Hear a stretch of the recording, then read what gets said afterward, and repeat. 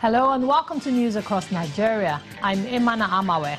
Coming up on the program today, suspected headsmen killed 13 people in fresh attacks in Benue State.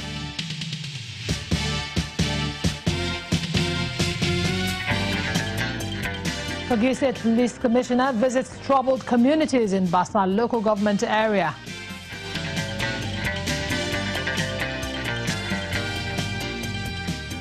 And police question Senator Dino Melaye over his alleged involvement in supply of illegal firearms.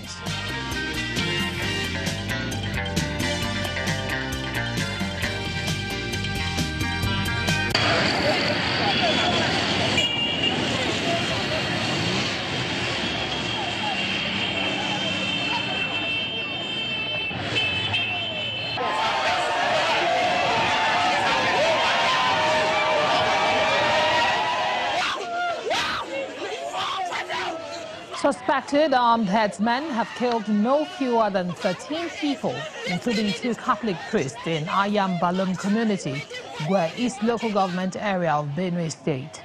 The armed men reportedly stormed St. Ignatius Catholic Church in the area during an early morning mass, killing the priests in charge and 11 others. The Bishop of St. Mary Hospital, Makurdi, where the corpses were deposited, confirmed to Channels Television that 13 bodies have so far been brought in.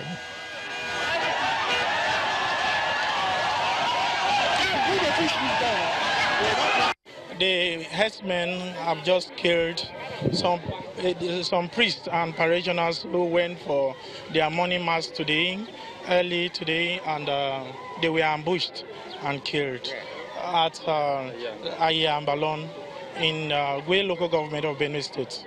We found about 13 corpses, 2 priests, a catechist, and 10 others. For now, these are those who have been confirmed, and now we have gotten their corpses and deposited in our mortuary here. In the meantime, there is word of assurance on the safety of residents of Basa local government area in Kogi State following a communal clash between the people of 2 communities.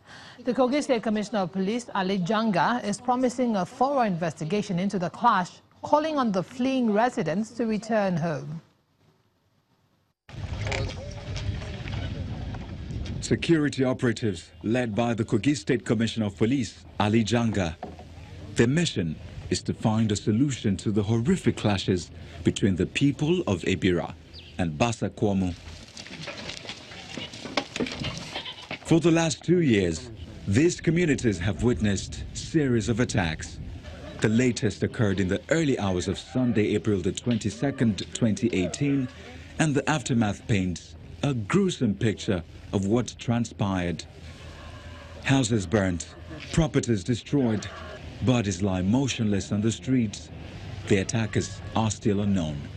I have to leave my family in the room and run away. Running away, at the last now, the lilacs that have started burning the houses. It is when the soldiers came there, they discovered that they are succeeded in killing 6 people. I think 1 female, the rest are males, killed completely. Residents who fled the attack, mostly women and children, now take refuge under trees, while others are on the verge of boarding boats to a safer destination.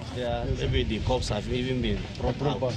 The State Commissioner of Police has seeking an early breakthrough in his investigations and is hopeful that a briefing by his men and community heads will help. Attention was drawn to this unfortunate incident, and our operative responded so fast. We were able to checkmate further attacks, and we were able to repel the hoodlums, kill about 6, recover some weapons. And today I was here with my senior officers and the administrator of the local government, Basa. We've gone around, we've seen, it's really unfortunate. I can't imagine a human being, when you are living in the same community, you'll be so heartless to go out and start burning houses and killing human beings. I don't know. Later I learned the crisis has happened about 2016. That was 2 years ago. After the assurances come the real work of rebuilding this community and ensuring that the clashes stay in the past. And the tales of woe for children affected by the Boko Haram insurgency in Adamawa State, northeast Nigeria, has prompted a partnership between the state government and the World Bank to rebuild schools and train teachers on post-insurgency trauma. 3,600 teachers are expected to undergo training on psychosocial problems to guide the children to living a better life after war.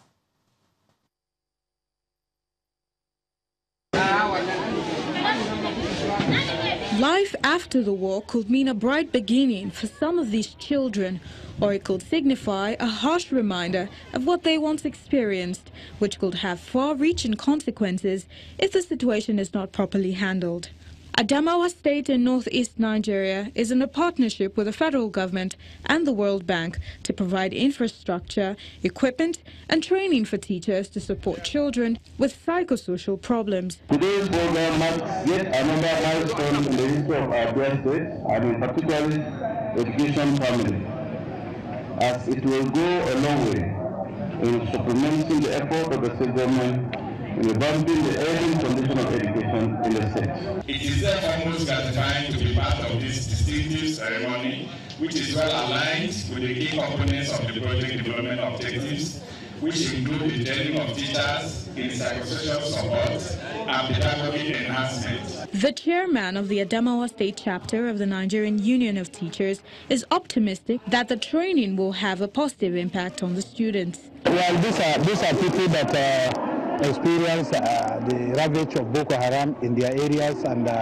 you know, when Boko Haram happened, it happened some of them were in classes while others are at home. So with this training now, the training will help in psychologically try to motivate them again, to bring them back to limelight. This intervention coincides with the government's effort to revamp the education sector in the state. And operatives of the Inspector General of Police Monitoring Unit in Abuja have arrested Kogi West Senator Dino Melaye, and he's being interrogated over his alleged involvement in the supply of arms to some political thugs arrested in Kogi State in January. Senator Melaye's arrest comes barely 24 hours after he was detained and subsequently released at the international wing of the Nnamdi Azikiwe International Airport in Abuja by operatives of the Nigerian Immigration Service. The lawmaker had also raised an alarm on the social media yesterday evening on how the police had laid siege to his home in Abuja. Senator Melaye had refused to honor the invitation of the police for questioning over his alleged involvement in the supply of firearms to the political thugs, claiming that he does not feel safe being questioned in Lokoja, the Kogi State capital. Meanwhile, just before Senator Melaye's arrest, he kept his social media handle busy, giving out updates to his Twitter followers. 14 hours before his arrest, Senator Melaye tweeted to announce his predicament. His message reads, and I quote, "All my policemen have been taken away with their arms. One CP came and took them away. There is also a plan to set me up again, but in God I trust. Truth will always prevail," end of quote. And 4 hours before he was arrested, the senator appeared to have given in to the pressure, and he sent another tweet saying, "I will make myself available to the police today. My resolve to speak the truth and defend the poor masses of Nigeria is total. We shall overcome."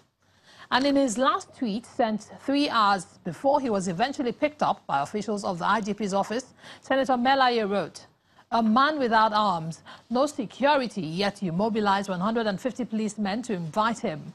And those who committed treason are free. We shall not be intimidated or cowed.